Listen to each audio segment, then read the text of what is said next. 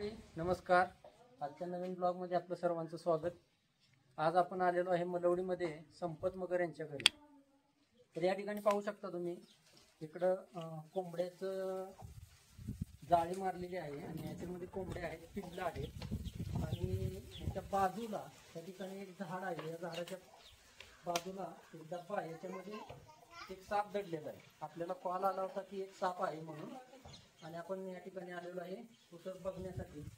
तर या ठिकाणी आपण पाहिल्यानंतर आपल्या लक्षात आलेलं आहे या ठिकाणी जो दडलेला सर्प आहे तो आहे नाग जातीचा सर्प, पूर्णपणे विषारी.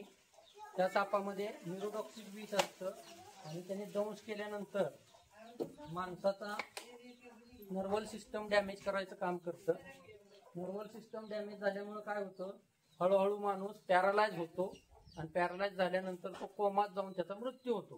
परंतु त्याच्या अगोदर माणसाला जर दंश झाला तर माणसानं काय करायचंय, तर जिल्हा आरोग्य रुग्णालय गाठायचं आहे.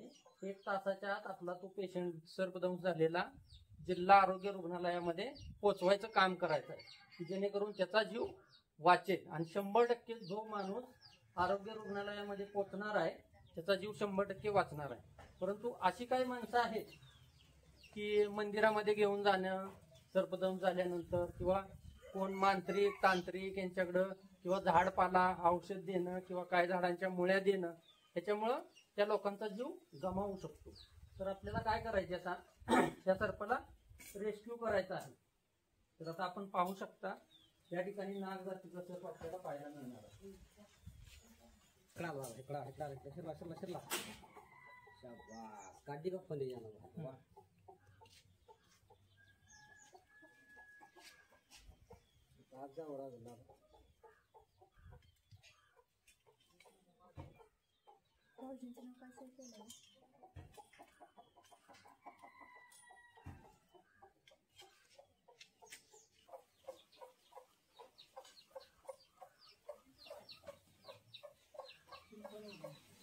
या ठिकाणी पाहू शकता आपण हा सर्प आता रेस्क्यू केलेला आहे.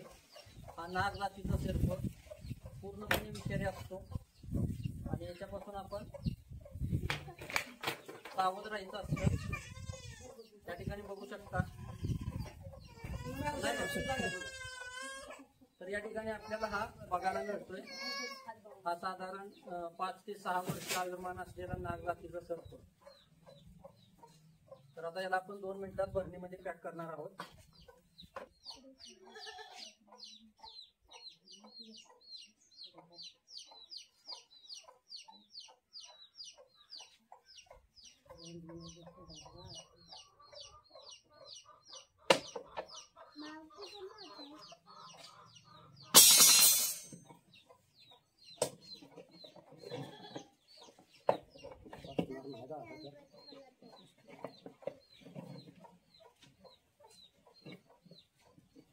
शेण काढायचा पत्रा किंवा सुकली बिकली आहे का, सप्पाई सुकली असावी.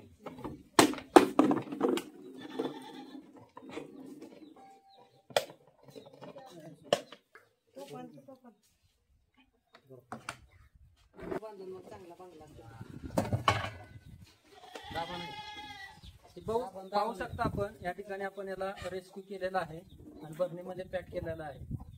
आता आपण याला थोड्या वेळामध्ये मुक्त वातावरणामध्ये, जंगलामध्ये किंवा फॉरेस्टमध्ये रिलीज करणार आहोत. रिलीज केल्यानंतर तो आपल्या आदिवासात जाईल.